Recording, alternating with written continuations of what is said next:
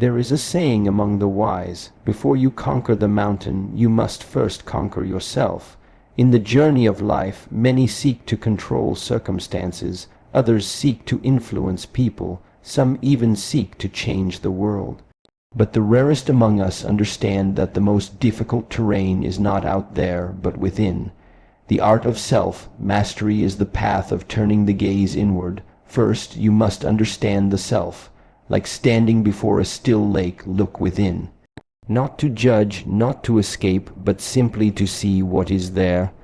Without this awareness, all attempts at mastery are like trying to steer a ship without a compass. Then comes discipline. Many hear this word and feel resistance. But discipline is not a prison, it is the key to the gate. Discipline is choosing what matters over what is easy. It is the quiet voice that says, I will show up, even when I do not feel like it. That is strength. Consistency gives that discipline form. A tree does not grow by drinking once a month. It drinks every day. So it is with your practice, your thoughts, your habits. The small things done consistently shape the person you become. Let your actions be like drops of water. They may seem small, but over time they shape mountains. Embrace discomfort to grow. The snake must shed its skin. That moment of vulnerability, of struggle, that is transformation. Do not run from pain, study it, sit with it, let it teach you. Without resistance, the blade remains dull. Your body and your mind are not separate. Strengthen one, and you empower the other. A disciplined body houses a clear mind. When the breath is calm, the mind is still. When the body moves with intention, the mind follows in harmony. Master your emotions, not by suppressing them, but by understanding them. If a storm rises within, be the mountain beneath it. The storm will pass, but the mountain remains. React less, observe more. In that space between impulse and action lies true power. Live with purpose. Purpose is the fire that sustains your walk. Without it, you drift. With it, you endure. Purpose gives suffering meaning, and meaning gives birth to resilience. And finally, remember this, the path is not something you find. It is something you live. Each step, each breath, each choice. You are either practicing mastery or drifting from it. There is no someday, there is only today, there is only now. So walk slowly, walk with intent, not to rush to the end, but to master the moment you are in, because the one who has mastered himself needs to master nothing else. Understanding the self is the beginning of all wisdom. Before one can take even a single meaningful step on the path of self-mastery, one must turn inward and confront the truth of who they are. This confrontation is not about self-criticism, nor is it about self-praise. It is about seeing clearly, like gazing into a still pond and allowing the reflection to show what truly is, not what we wish to see. In a world constantly pulling our attention outward, towards achievements, validation, distraction, it becomes increasingly difficult to pause and ask, who am I beneath all of this? We often define ourselves by roles, by titles, by the opinions of others, or by fleeting emotions and thoughts. But these are surface waves. The self is deeper than these currents. To understand oneself is to sit still long enough to notice what lies beneath. Most people live reactively, driven by patterns they are not aware of. These patterns arise from childhood conditioning, cultural expectations, past experiences, and unprocessed emotions. Without awareness of these patterns, we become like puppets pulled by invisible strings. We act, speak, and even desire based on things we do not understand. And then we wonder why there is conflict, confusion, or inner emptiness. Self-understanding begins when we become curious, not judgmental but curious, about why we think the way we think, feel the way we feel, and behave the way we behave. It means noticing the reactions that rise in us when we are challenged, the defensiveness when we feel criticized, or the need for approval in situations where silence would be more powerful. This awareness is not always comfortable. In fact, it rarely is, but it is necessary, for you cannot change what you do not see. In the pursuit of self-mastery, understanding yourself is like creating a detailed map before entering a forest. Without that map, you will wander in circles. With it, you can walk with intention. Self-awareness gives us that map. It shows us our strengths, yes, but also our weaknesses, our triggers, our blind spots. And when we understand these parts of ourselves, we are no longer controlled by them. The anger that once owned us becomes something we can observe, work with, and eventually transform. The fear that used to paralyze us becomes a signal rather than a barrier. This process is not instant. It requires time, honesty, and patience. There will be moments when we want to run from what we see. There will be moments when we would rather remain blind. But each time we choose to stay, to look, to listen, we grow. It is like peeling layers off an onion. At each layer, you may find pain, but also insight. At each layer, you move closer to your essence. True self, understanding, does not mean you figure yourself out once and for all. The self is not static. You are always evolving, but there are core patterns, fundamental wounds, and deep-rooted beliefs that shape your life until you bring them into the light. These are the roots of your decisions, your relationships, your motivations. Once you become aware of them, you begin to act from choice rather than compulsion. In silence, in solitude, in honest self-inquiry, you begin to notice things you never paid attention to, the way your breath shortens when you feel threatened, the stories you tell yourself when you fail, the masks you wear to be accepted. These observations are not small. They are the beginning of freedom. Because every time you catch yourself acting from an unconscious place, you give yourself the power to pause, to choose differently, and to realign with who you truly are. Understanding yourself also means embracing the parts you dislike. The shadow is not something to be erased. It is something to be integrated. Your jealousy, your pride, your insecurity, they are not signs of failure. They are doors. If you open them, walk through them, and explore what lies beyond, you will find wisdom that no book can give you. You will begin to feel compassion for yourself and for others, because when you see how complex your own inner world is, you naturally develop empathy for the struggles of others. Self-understanding is the soil in which all growth takes root. Without it, even the best intentions collapse. With it, transformation becomes not only possible, but inevitable. You begin to live with alignment, clarity, and strength that comes not from pretending to be perfect, but from being deeply honest about who you are and continuously becoming who you are meant to be.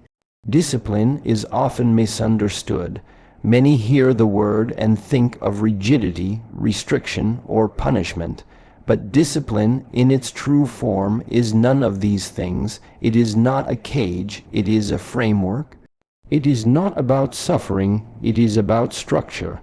Discipline is the silent architect behind all forms of excellence, and in the pursuit of self-mastery, it serves as the unshakable foundation.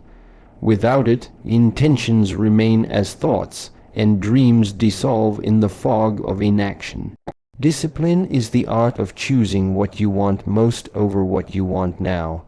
It is the ability to see beyond the temporary comfort of the present moment and act in service of a higher goal. It does not ask whether you feel like doing something. It simply asks whether it aligns with your purpose. Through that alignment, discipline becomes the bridge between desire and achievement. It turns vague wishes into lived reality. In a world that glorifies instant gratification, the disciplined person moves differently. Where others rush, they wait. Where others chase stimulation, they seek silence. Where others quit, they remain. Discipline is not something dramatic. It is often quiet, repetitive, even boring to the outside eye. But it is in this repetition that transformation takes place. The body becomes stronger, the mind more focused, the will more resilient. Like water shaping stone, small acts of discipline practiced daily can reshape a life completely. To live with discipline is to bring order to chaos. Each day is filled with distractions, temptations, and decisions. Without discipline, we become reactive, slaves to every impulse and emotion. But when discipline is present, it acts like an inner compass. It directs your energy, it prioritizes your time, it filters out what is unnecessary and keeps you aligned with what matters most. With discipline, even the most chaotic life can find rhythm and meaning. There is a profound paradox at the heart of discipline. It feels like restriction at first, but it leads to freedom. The freedom to live with intention, the freedom to follow through, the freedom to shape your own destiny. The musician is free to create beauty only because they have practiced the scales 1,000 times. The martial artist moves with grace because of years of repetition and restraint. The writer can express deep truths only because they have disciplined themselves to sit and write day after day. Behind every expression of greatness is a structure built on discipline. Many wait for motivation before they act, but those who walk the path of mastery know that discipline comes first, motivation second. Motivation is fleeting. It depends on mood, energy, even the weather. Discipline does not depend on any of these. It shows up regardless. Discipline is the ability to act even when the mind resists, even when the body is tired, even when no one is watching. That is what makes it powerful. It is not about doing extraordinary things, but about doing ordinary things extraordinarily well, consistently. The disciplined person becomes trustworthy to themselves. They know that when they say they will do something, they will do it. This builds a deep sense of inner confidence, not the kind that boasts or needs to prove itself, but the quiet strength of someone who knows they can rely on themselves. This is rare. Many speak of goals they never pursue. Many make promises to themselves they do not keep. Discipline changes that. It aligns thought, word, and action. That alignment is the essence of integrity. Discipline also teaches humility. You fail, you start again. You struggle, you persist. It shows you your limits, then helps you expand them. It demands that you show up not once, but again and again. And in showing up, you begin to trust the process more than the outcome. You stop chasing perfection and start committing to presence. That commitment becomes a form of devotion, not to a result, but to the path itself. There are days when discipline feels like a burden. There are mornings when the bed feels warmer than the calling to rise, nights when rest seems more tempting than one more repetition. But each time you act in alignment with discipline, you cast a vote for the kind of person you are becoming. Over time, those votes add up. They become habits. Habits become character, and character determines the quality of your life. To practice discipline is to show respect, not just for your goals, but for yourself. It is to say, I am worth the effort, my future is worth the struggle, my purpose is worth the discomfort. Through that lens, discipline becomes not something to fear or resent, but something to cultivate and honor. It is the structure that holds the weight of your potential, the daily choice that builds a life of depth, focus, and freedom.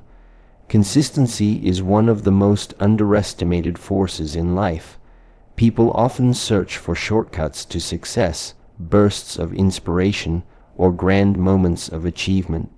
But true greatness does not come from what is done once in a while. It comes from what is done repeatedly with care, intention, and discipline. It is not a flash of brilliance that defines a master, but the steady rhythm of persistent effort day after day. The power of consistency lies in its quiet strength. It does not seek attention. It does not make noise. But over time, it builds what cannot be built in any other way. Like drops of water that wear down stone, consistent action shapes skill, character, and destiny. A person who commits to small, intentional practices each day will outgrow the one who waits for perfect conditions or sudden motivation. Because while the latter hesitates, the consistent one evolves. Every expert, every master, every craftsman who seems to operate on a higher level has walked a path marked not by massive leaps, but by countless small steps. These steps are often unremarkable, repetitive, and even tedious. But they are where the transformation happens. The athlete who trains every morning before the world wakes, the writer who sits down to write whether inspired or not, the monk who meditates in silence day after day. They are all guided by consistency.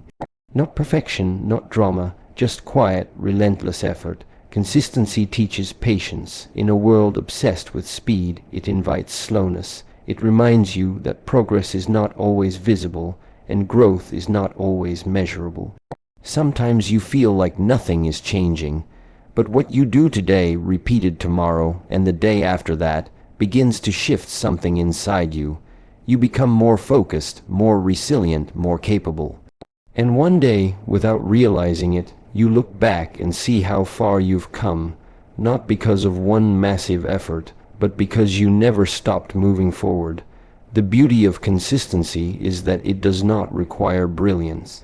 It does not ask for the perfect plan or the best resources. It simply asks that you show up, that you keep your promises to yourself, that you do the work even when it's not exciting, and in doing so, you build a kind of strength that those who only act occasionally will never know. You build momentum, and momentum, once gained, becomes a powerful ally. Consistency is also deeply connected to self-respect. When you act consistently toward a goal, you are telling yourself that your aspirations matter, that your time is valuable, that your future is worth investing in. This steady investment in yourself, though often uncelebrated by others, is one of the most powerful forms of self-love. You stop waiting for someone to push you, and you begin to carry yourself. There will be days when consistency feels like a burden, when progress feels slow, when doubt creeps in and whispers, "Is this really working?" And that is where many give up. But those who continue, despite the lack of immediate results, begin to tap into something rare, a kind of internal power that is rooted in faith. Faith not in external validation, but in the process itself. Faith that every repetition, every effort, is planting something beneath the surface that will bloom in its time. The mind often seeks novelty, variety, and stimulation, but mastery requires repetition. And repetition requires consistency. To repeat the same basic movements, the same habits, the same rituals. This is not stagnation, but refinement. With each cycle, you go deeper. You see more, you understand better. Consistency is the sharpening stone on which skill is honed and awareness is deepened. Even the smallest actions, done regularly, begin to alter who you are. Reading a few pages each day sharpens your mind. Practicing silence each morning cultivates stillness. Training your body with simple movements builds strength and discipline. These are not dramatic acts, but over time, they create dramatic results. What begins as a small act becomes part of your identity. You no longer try to be consistent. You become someone who is consistent. Consistency reveals what you truly value. Talk means little. Intention is only the starting point. It is action, repeated over time, that speaks the loudest. You may say health is important, but do you train daily? You may say peace matters, but do you practice stillness? What you return to again and again becomes your life. Not your hopes, not your goals. Your habits, and those habits, shaped by consistency, form the foundation of who you are becoming. The truth is, greatness hides in the ordinary, in the early hours, in the quiet repetitions. In the choices no one sees. Consistency is not glamorous, but it is sacred. It transforms the ordinary into the extraordinary. It takes effort and turns it into excellence. And it reminds you each day that you are not waiting to become something. You are becoming right now through every choice you make. Discomfort is not something we naturally seek. From an early age, we are conditioned to avoid pain, to pursue ease, to stay within the boundaries of the familiar. Yet, those who walk the path of growth understand a deeper truth. Discomfort is not a curse but a calling. It is the signpost that marks the edge of what we know, the threshold of our current limits. To grow in any meaningful way, one must be willing to step beyond that threshold, to embrace discomfort not as an enemy but as a guide. Growth does not occur in still waters, it happens in turbulence. Just as muscles tear before they strengthen, the human spirit often breaks before it expands. This is the natural rhythm of transformation. Pain and struggle, though difficult in the moment, are powerful teachers. They reveal the parts of us that are still fragile, still afraid, still untested. When we avoid them, we remain unchanged, but when we meet them with presence and humility, they shape us into something stronger, wiser, and more resilient. Discomfort exposes truth. It strips away the illusions we build to protect our ego. When we are challenged, when things do not go as planned, when failure visits us, we are forced to see ourselves as we are, not as we pretend to be. These moments are not pleasant, but they are precious. They open the door to self-honesty. They push us to ask deeper questions. Why am I reacting this way? What fear lies beneath this resistance? What part of me is unwilling to adapt? Without discomfort, these insights remain hidden, and without insight, there can be no transformation. In the natural world, growth is always preceded by pressure. The seed must crack open to become a sprout. The caterpillar must dissolve to become a butterfly. The human being, too, must endure phases of discomfort to evolve into a more refined version of themselves. These periods of challenge are not interruptions. They are essential parts of the process. They are the fire through which impurities are burned away, leaving behind only what is true and necessary. The modern world teaches us to seek comfort in every moment, through technology, through entertainment, through consumption. But this constant comfort breeds weakness. It dulls the edges of our awareness. It makes us soft, not only in body, but in mind and spirit. When we avoid discomfort at all costs, we lose our capacity to endure, to focus, to persist. We trade resilience for convenience, but strength is not built in comfort. It is forged in adversity, through the quiet decision to continue, even when everything in you wants to stop. To embrace discomfort is to train the mind to remain still amidst chaos. It is to stay with the feeling instead of running from it. Whether it is the physical discomfort of training, the emotional discomfort of loss, or the mental discomfort of uncertainty, each offers a lesson. The lesson is not about avoiding pain, but about understanding its message. Pain often arises to show us where we are not aligned, where we are holding on too tightly, or where we are resisting change. It is a signal, not a punishment. This does not mean one should seek suffering for its own sake. But when discomfort naturally arises on the path to something meaningful, do not turn away, sit with it. Learn from it. It is in these moments, when things are hard, when progress is slow, when doubt is loud, that your character is shaped. Growth is not about what you achieve when things are easy. It is about who you become when things are not. The warrior trains in the rain so that they are ready in the storm. The mind that has known struggle becomes less reactive. The heart that has endured pain becomes more compassionate. Discomfort, when embraced, builds depth. It teaches you to breathe through difficulty, to hold your ground, to keep moving even with trembling legs.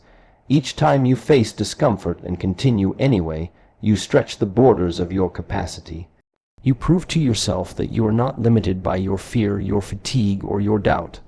There is a freedom that lies on the other side of discomfort. It is the freedom of knowing you can endure, the freedom of realizing that fear does not have to dictate your actions, the freedom of walking into the unknown, not because it is easy, but because it is the only path to who you are meant to be. And so, instead of resisting discomfort, begin to welcome it. Let it challenge you. Let it refine you, let it reveal the strength that was waiting within you all along. The human being is not merely mind or body, it is the union of both. This is not a poetic idea, it is a fundamental truth of existence. For too long the modern world has treated the mind and body as separate entities. The intellect is praised while the body is neglected, or the body is trained obsessively while the mind remains chaotic. But true self-mastery requires integration. Mind-body alignment is the ground from which clarity, power, and wisdom emerge. The body is not just a physical machine. It is the house of the mind, the anchor of awareness, the first instrument through which we experience life. When the body is weak, stiff, or neglected, it affects how we think, how we feel, and how we perceive. A tired body clouds the mind. A body filled with tension transmits that same tension into thoughts. Likewise, when the mind is restless, it sends its agitation into the body, manifesting as stress, fatigue, imbalance. This is not coincidence, this is connection. A strong body supports a still mind. Not because strength alone brings peace, but because discipline in physical training teaches you how to breathe through discomfort, how to be present under pressure, how to remain steady in the face of challenge. These are not just physical qualities, they are mental ones. The person who can hold a difficult position, who can move with precision and control, who can rise and train even when tired, is cultivating more than muscle. They are shaping character, sharpening focus, and building resilience. Movement is a language. It is how the body expresses its intelligence. When we train the body consciously, through breath, posture, repetition, we are also training the mind to concentrate. Physical practice becomes mental meditation. The breath in particular is the bridge. Fast, shallow breathing agitates the mind. Deep, calm breathing stills it. When the breath is mastered, both body and mind come into rhythm. And from that rhythm, clarity arises. Clarity is not born from thinking more, it is born from quiet. The still mind is not an empty mind, but a clear one. Like a calm lake that reflects the sky without distortion, a still mind sees reality as it is, without the noise of fear, distraction, or ego. This stillness is not something that can be forced. It must be cultivated through consistent training, through self-observation, through discipline that begins in the body and ripples inward. When the mind is scattered, even the strongest body feels unstable. When the body is neglected, even the sharpest mind loses its foundation. But when the two are aligned, when the body is strong, open, and balanced, and the mind is still, alert, and aware, a different kind of power arises. This is not brute force. This is inner harmony, the kind of strength that does not need to dominate because it is already rooted, the kind of wisdom that does not come from books but from presence. Mind-body alignment allows you to act with precision. You no longer react out of habit or impulse. You move with purpose. You speak with awareness. You listen deeply. You notice the tension before it becomes pain. You sense the thought before it becomes chaos. In this state, your entire being becomes a finely tuned instrument. You live with more energy, more calm, more direction, and you begin to realize that true power is not explosive. It is controlled. True awareness is not distant. It is embodied. To train the body is not about achieving a certain image. It is about creating a vessel strong enough to carry stillness. To train the mind is not about suppressing thought. It is about developing the discipline to choose which thoughts to follow and which to let go. Together, this training becomes a path, not just of self-control, but of self-liberation. You are no longer divided within yourself.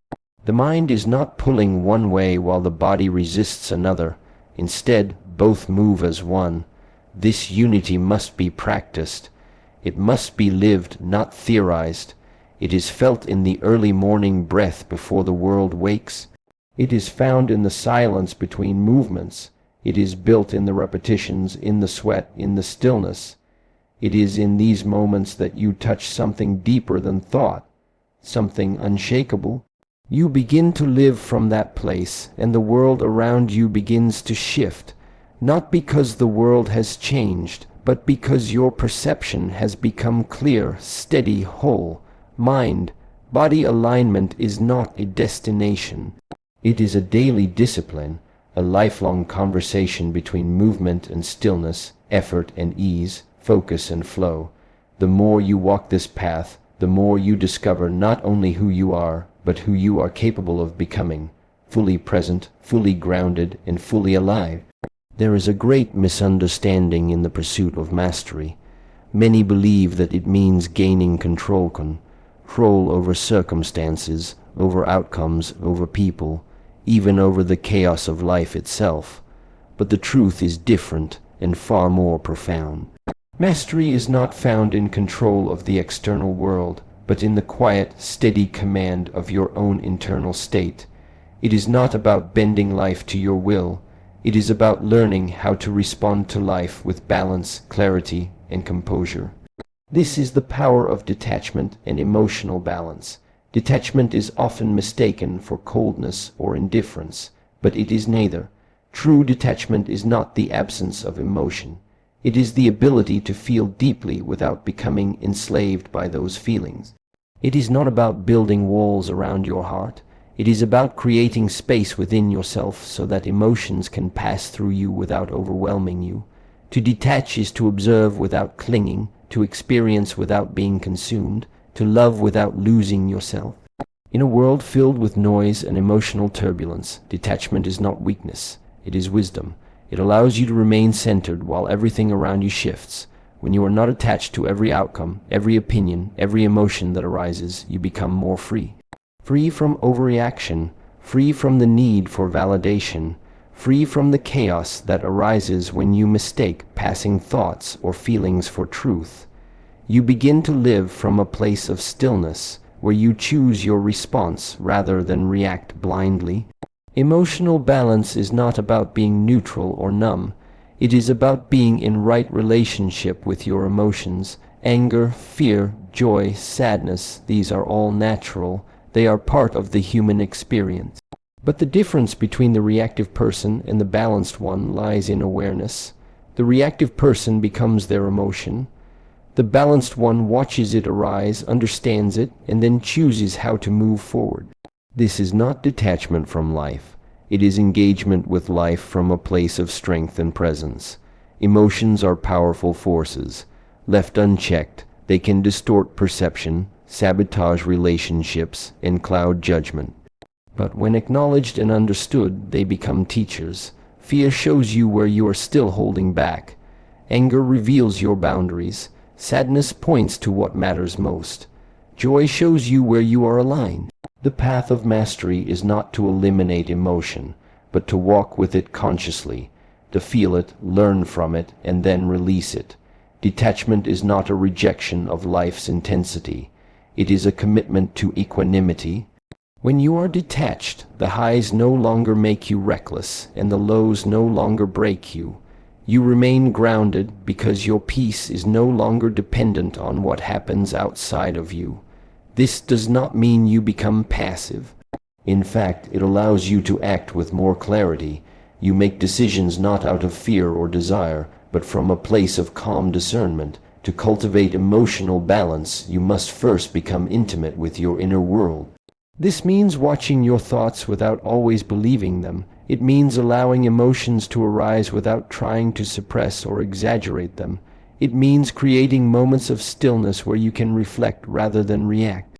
This takes practice, it takes courage, but over time you begin to see how much of your suffering was not caused by the world, but by your attachment to how you believed the world should be. This shift is powerful. It returns your energy to you. When you are no longer constantly pulled by external triggers, you gain the ability to direct your focus inward. You begin to see that real strength is not loud, it is quiet. It is the strength of the person who remains composed in conflict, who listens without needing to win, who feels everything but is owned by nothing. This is the strength that allows you to walk through storms without losing your center. Emotional balance also deepens your relationships. When you are no longer ruled by emotional reactions, you become more present for others. You can listen more fully, speak more truthfully, and love more purely. You do not use others to stabilize your own inner chaos, and as a result, you bring more peace into every interaction. You become someone others trust, not because you always agree with them, but because your presence brings calm instead of confusion. There is great power in becoming the observer of your inner world.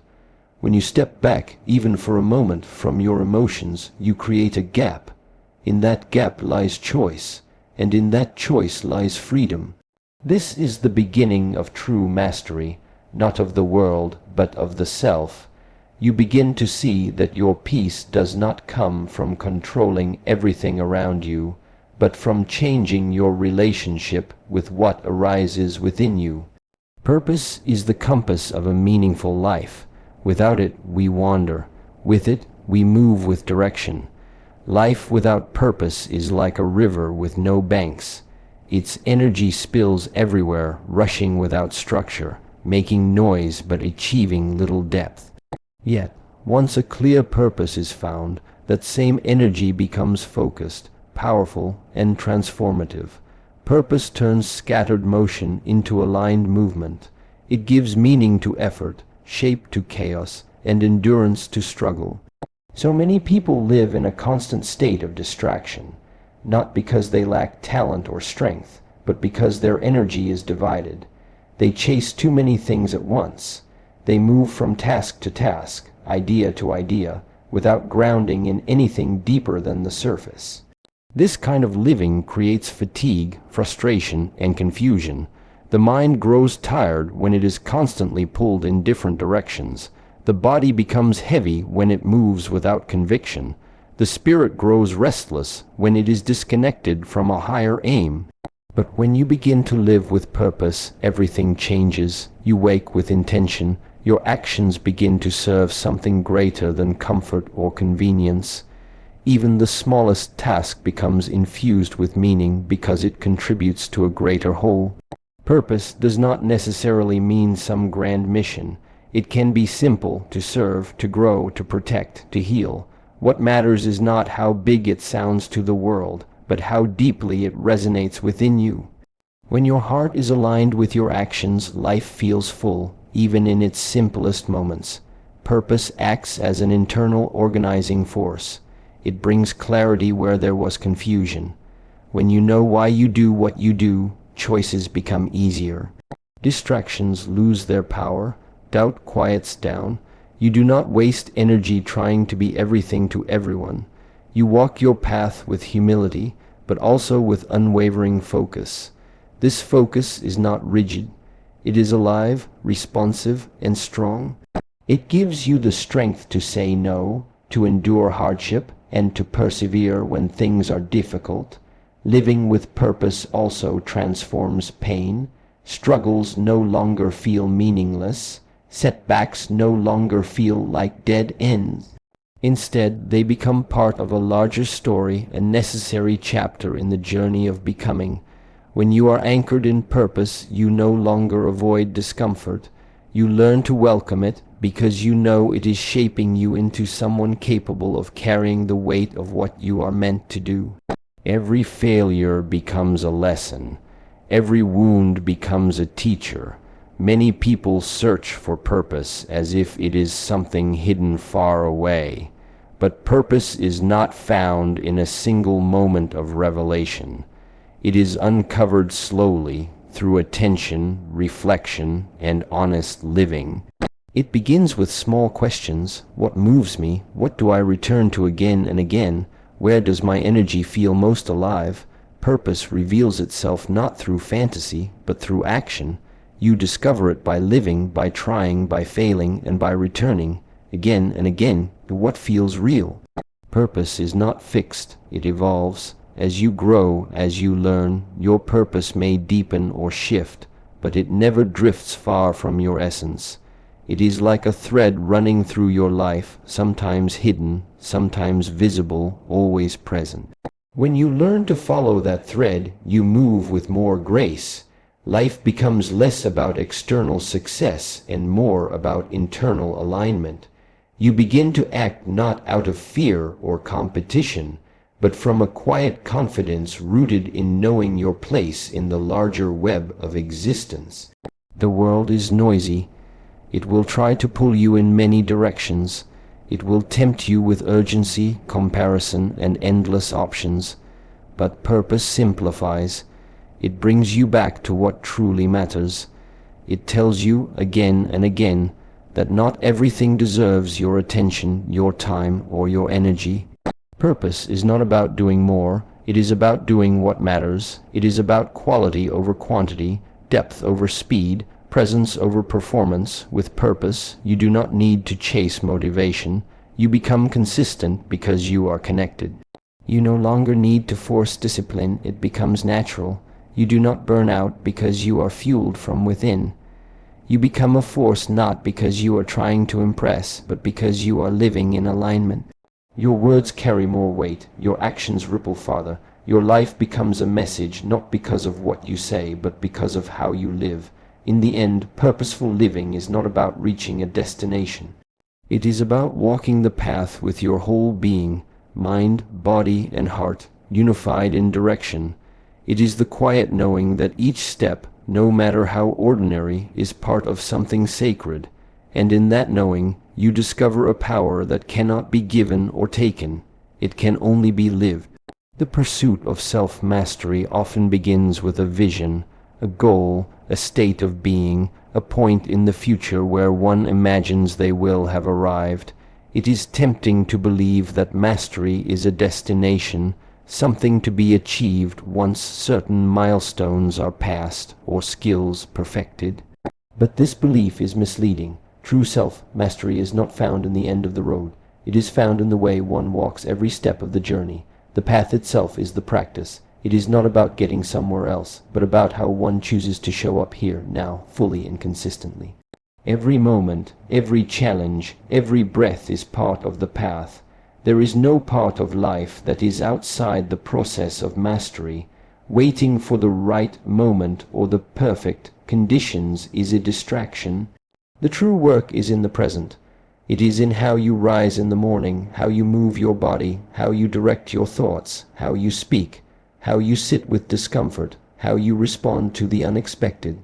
Self-mastery is not found in a distant future version of yourself. It is forged in the choices you make today, and again tomorrow, and again the next day. When you understand that the path is the practice, you stop rushing. You stop measuring your worth by how far you've gone or how much you've achieved. Instead, you begin to pay attention. Attention is the foundation of mastery. Without it, even the most powerful techniques become empty. With it, even the simplest action becomes a doorway to depth. It is not what you do, but how you do it. The way you tie your shoes, the way you eat your meal, the way you listen. Each becomes an opportunity to cultivate presence. Presence is the art of being where you are fully, not lost in past regrets or future anxieties, not numbed by distraction or carried away by impulse, but rooted in this moment with your awareness fully engaged. This is the discipline that underlies all forms of mastery, not just in martial arts or meditation or creative work, but in life itself. The way you walk, the way you breathe, the way you speak to another person, these are not just habits. They are practices, and each one shapes who you are becoming. When the path is the practice, you no longer divide your life into sacred and mundane. Every situation becomes part of your training. Difficult people become teachers of patience. Boredom becomes a test of focus. Fatigue becomes a chance to explore endurance. Success becomes a practice of humility. Failure becomes a lesson in resilience. You begin to see that nothing is wasted. Everything is useful if met with awareness. This is a radical shift not in circumstance, but in perception. There is no shortcut to self-mastery. No hack, no final technique. The only way is through practice.